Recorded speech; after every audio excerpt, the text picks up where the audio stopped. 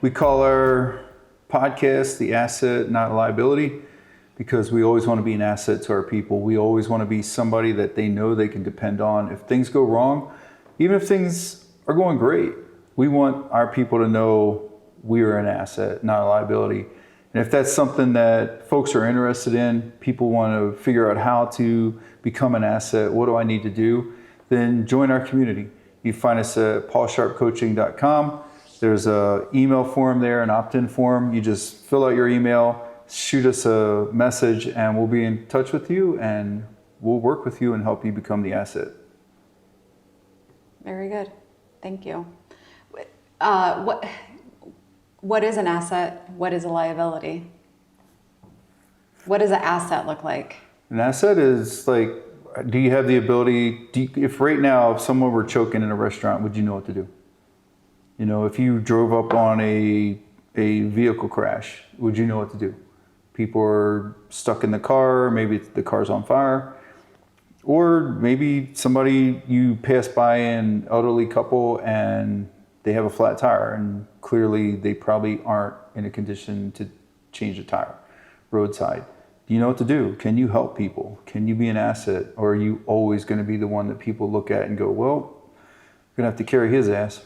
Yeah. You know, like he's not going to be much help here. Right. So, and think about all the way up to more extreme things like a natural disaster. You know, right now, the southeast portion of the United States has been beat up by hurricanes. Would you be an asset in that situation, or would you be part of the problem? Right. Because your health is poor. So you're going to be in a state where we have to find a way to take care of you, treat you. Or are you going to be one of the people that's helping us move people, move things so that we can find people and rescue people and help people? That's it, man. Are you an asset or are you a liability? Right. I love skills development. I love nothing more than learning more skills, developing more skills, and I have amassed a greater skill set over the last 4 years than I did in my whole life prior. And I'm a lifelong learner. I have, you know, I love to learn. Yeah. So becoming an asset to my community has been so much fun, but it has also increased my confidence in, you know, just how I walk around, how I look, what I see, where I find opportunities to growth, where I find opportunities to help people. Yeah. And one of the things we were talking about recently is how to build confidence. Mm-hmm. And what exactly is confidence, and how your transformation program helps people develop belief and confidence in themselves. So I want to kind of talk about the idea, and this comes from Brad Lee. We heard him say, confidence is the memory of winning. Yeah. So what are some of the ways that when you work with people, what are some of the ways that you help build that? Yeah, so we start stacking small wins. Most people will never know what it feels like to win a football game. Mm-hmm. To be the guy that led the charge downfield and threw the final touchdown pass or handoff to a touchdown. Most people are never going to experience that. That's a rare thing. And when we start looking at wins, people equate a win with something on that scale. It has to be something big. It has to be this grandiose thing, when in fact it's the small wins. The small wins are what build the habits. So you have your mindset, your skill set, you have your habits. Habits are what build the wins. Mm-hmm. And you do that every day. You do that with the small things. You decide today, I'm going to drink more water. Well, let's put a number on it, because if it can be measured, it can be managed. If we manage it, we can win it. Mm-hmm. And that's how you get there. So the number we're going to put on it is, I'm going to drink 64 ounces of water today. That's maybe half your body weight in ounces, maybe not, but it's a specific number that we're going to reach, that we can actually measure and we can reach it. And so we're going to drink 64 ounces, which is 2 of those 32-ounce Nalgene bottles, right? Going to drink 2 of those, and that's going to be my win. But I'm going to do that for a week. And at the end of the week, I've now made a contract with myself where I said, this is what I'm going to do. This is the thing I'm going to accomplish every day. And I've done it. And not only did I do it once for one day, but I did it for 7 days straight or 10 days straight. Well, now I'm starting to build some confidence in myself. I'm starting to build some confidence in my ability to say I'm going to do something and then actually do it. It wasn't a big deal. It wasn't an impossible ask. It wasn't this thing that only a few people, 1% of the population, is ever going to experience. It's something that you have complete control over, and you did it. You made it happen. So then say the next thing we're going to do is, in addition to drinking this amount of water every day, we're going to go for a walk. Just 30 minutes. First thing in the morning. Get up, get outside, go for a walk.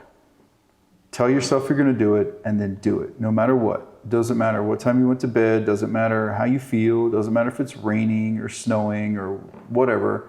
You're going to get your shoes on, get your weather appropriate clothing on, and then you're going to go walk for 30 minutes.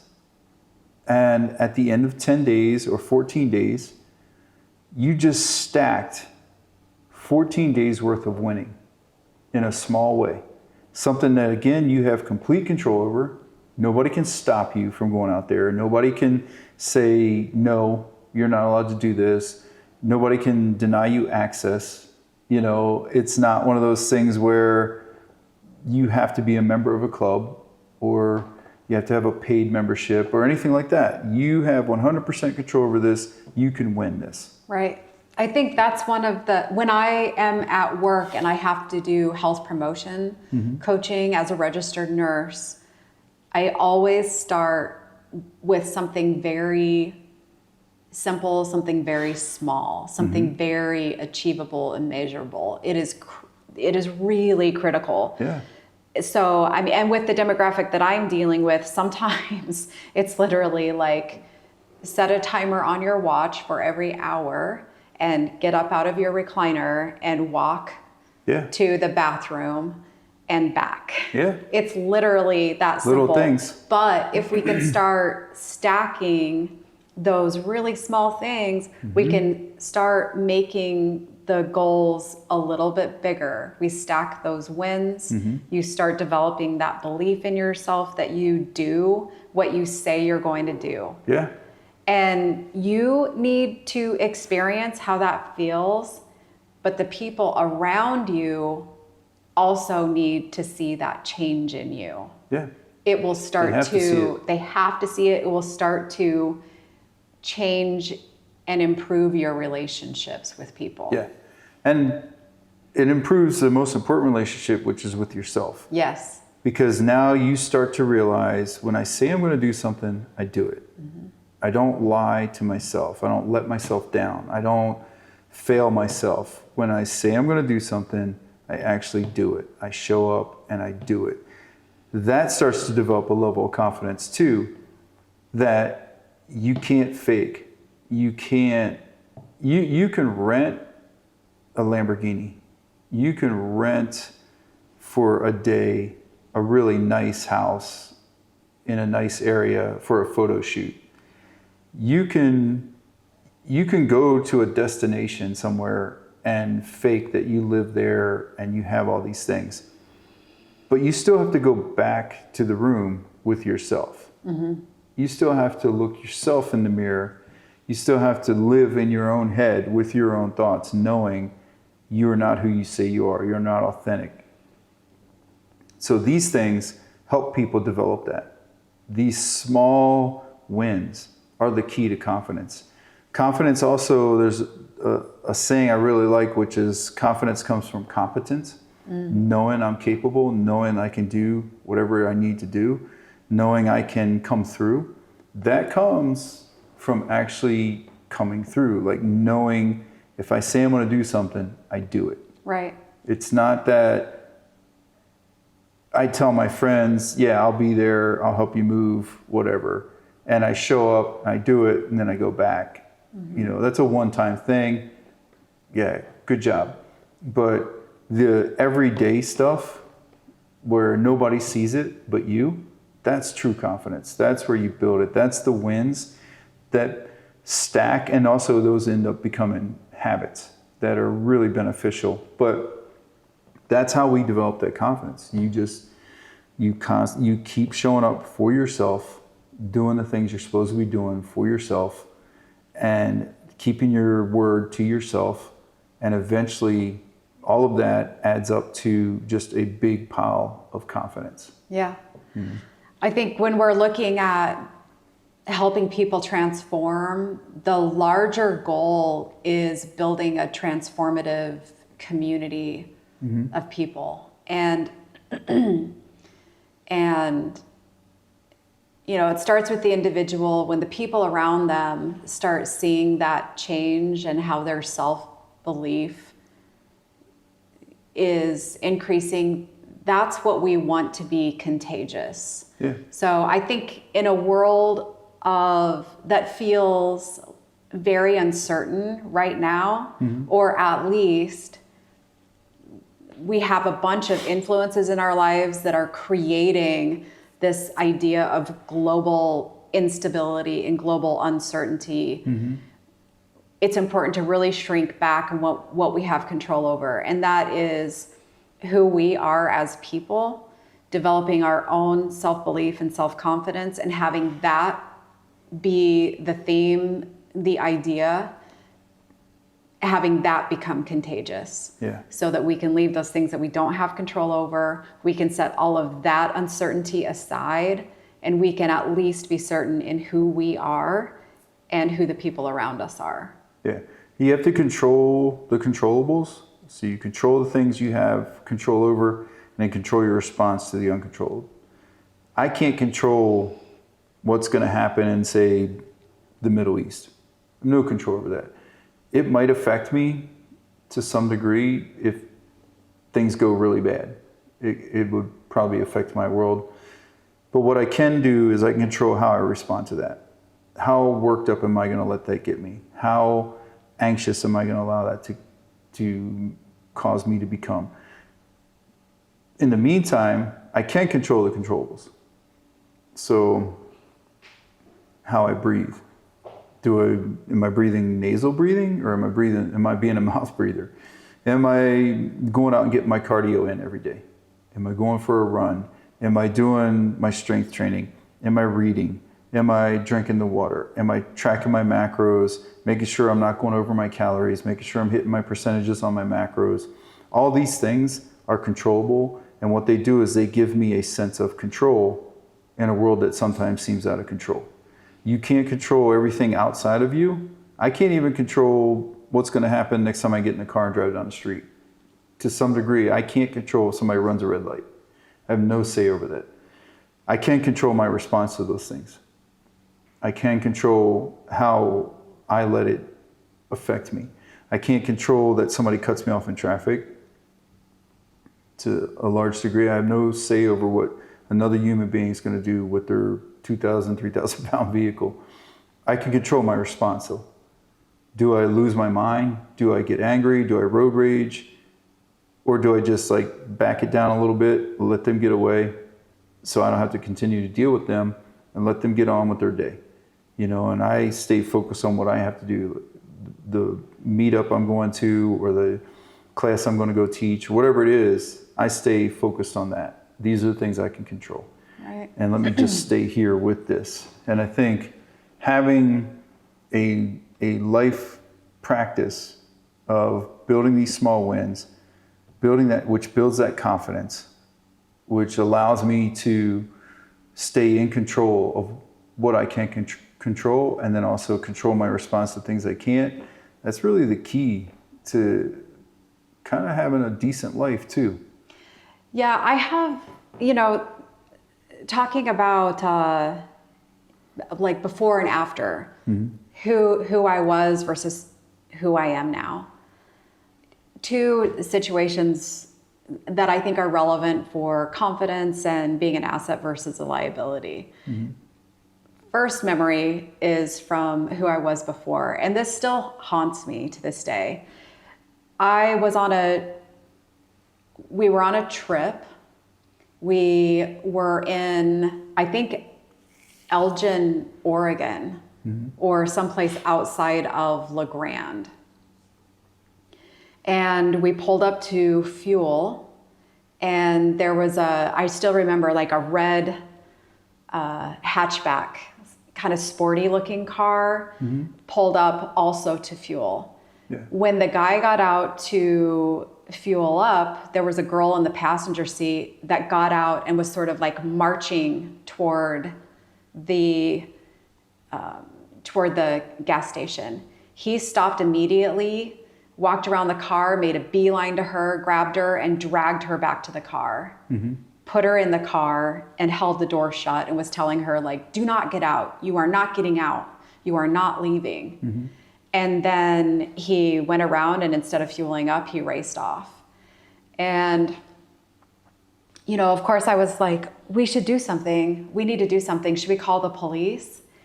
And the person I was with said, no, let's just mind our own business. I don't want to get involved. And I felt like such a coward. Yeah. I felt like such a coward. And I felt like the person that I was with was such a coward. Yeah. And I have no idea what sort of, you know, domestic that was. I don't know if it was a brother and a sister, a husband and a wife, a girlfriend and a boyfriend. I don't know if she was being trafficked, if she was being, what I do know is you can't hold somebody against their will. Right. That is simple. And she was being held against her will, no matter what the situation was. And I witnessed it, and I did nothing to stop it. Yeah. It still haunts me. But then I think about, you know, today, and who I am today, who I am with you. When we were driving on the interstate and we witnessed that car accident. Yeah. And without hesitation, we stopped and fell into our roles, our professional roles. Yeah. Like who we are as people, Yeah. but also what our training has been professionally. Yeah. So you pulled out into the lane in such a way that it would force traffic to go around us. You were directing traffic. I went to the vehicle to assess who was in the vehicle, if there were any injuries. We met together sort of triaging, making sure that emergency services was being called, and we just started coordinating on the ground, making sure that people were safe and taken care of. Yeah. And it was such a raw moment of knowing that we had the skills together and our skills were complementary, and we brought knowledge and experience to a family, to a mom that was freaking out, to, you know, a little girl that was just, we couldn't figure out if she was hurt or not, to this dog that was in the car, completely and totally and utterly confused, and bystanders who were really scared. Yeah. Yeah, and again, liabilities, right? The bystanders were just liabilities.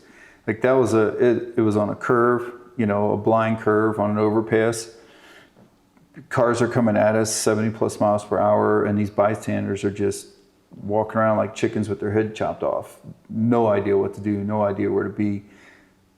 And directing them, telling them what to do and how to help did help to some degree, but still they were a liability because I would have to stop what I was doing to go make sure they weren't getting hit by a car or doing something. So, you know, the car was up on the guardrail, and the one guy's leaning on the car.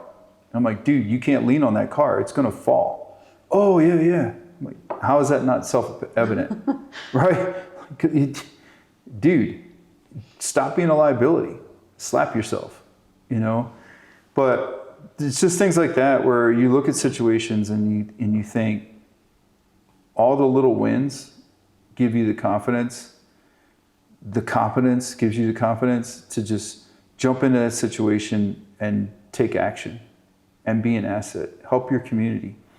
Can you imagine if you had a entire community that was hit by a hurricane, tornadoes, earthquake, pick a natural disaster, flooding, and everyone in that community was fully developed as their own first responder, a complete asset. Everybody in that community, even the kids, understood CPR, safe positioning, everything you need to know in a natural disaster. Those power lines that are traveling overhead right now aren't your friend any longer. They might kill you. How do you deal with that? How do I stay away from that? What's a safe distance? How do I know? All of that stuff.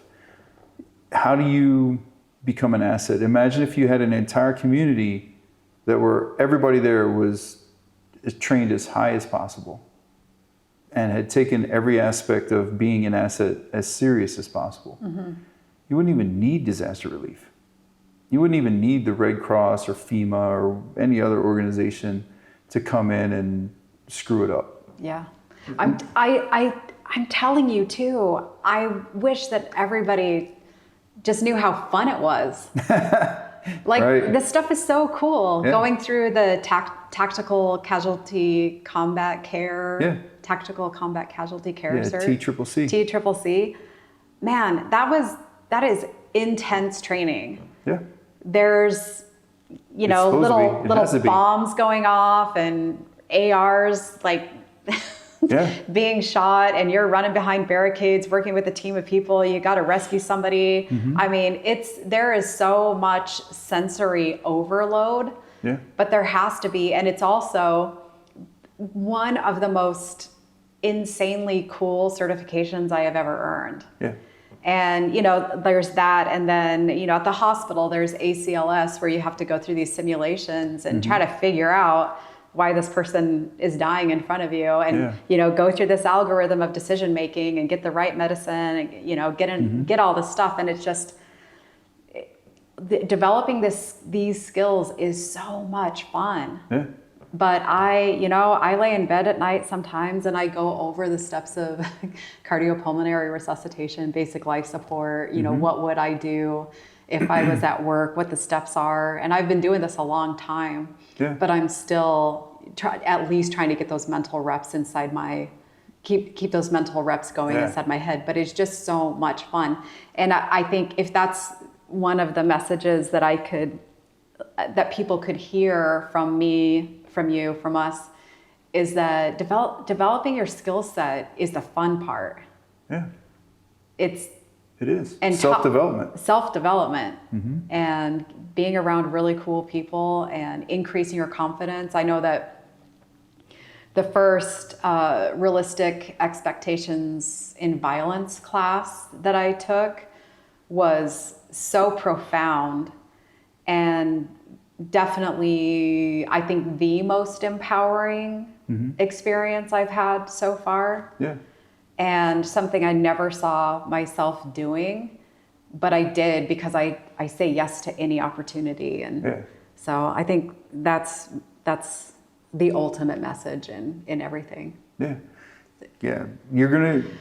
Stacking the small wins is going to give you confidence. Mm-hmm. The small wins are building competence. They're building the ability to take care of myself and everybody around me. It's keeping my word with myself, knowing that if I say I'm going to do something, I can do it. You can't fake competence.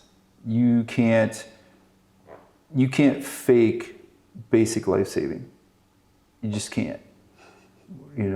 How many times are you supposed to, how many chest compressions are you supposed to do to breasts? Are you even supposed to do breasts? If you don't know these things, you can't fake it. Mm-hmm.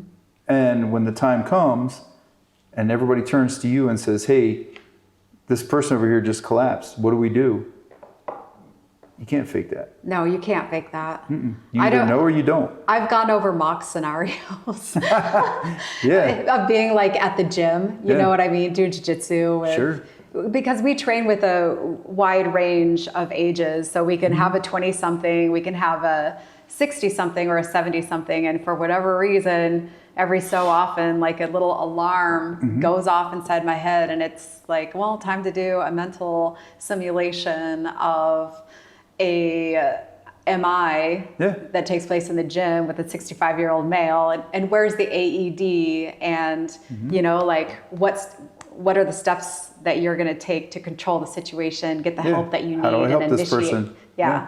What do I do to be an asset? Yep. Be an You know? asset. Yeah. And how do you develop the confidence to do that? You know, putting the work in, Yeah.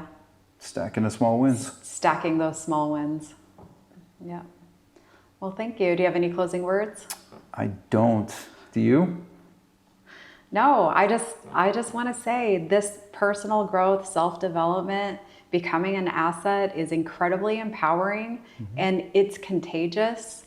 And this is the contagion that we want to take over the world. Yeah. 100%.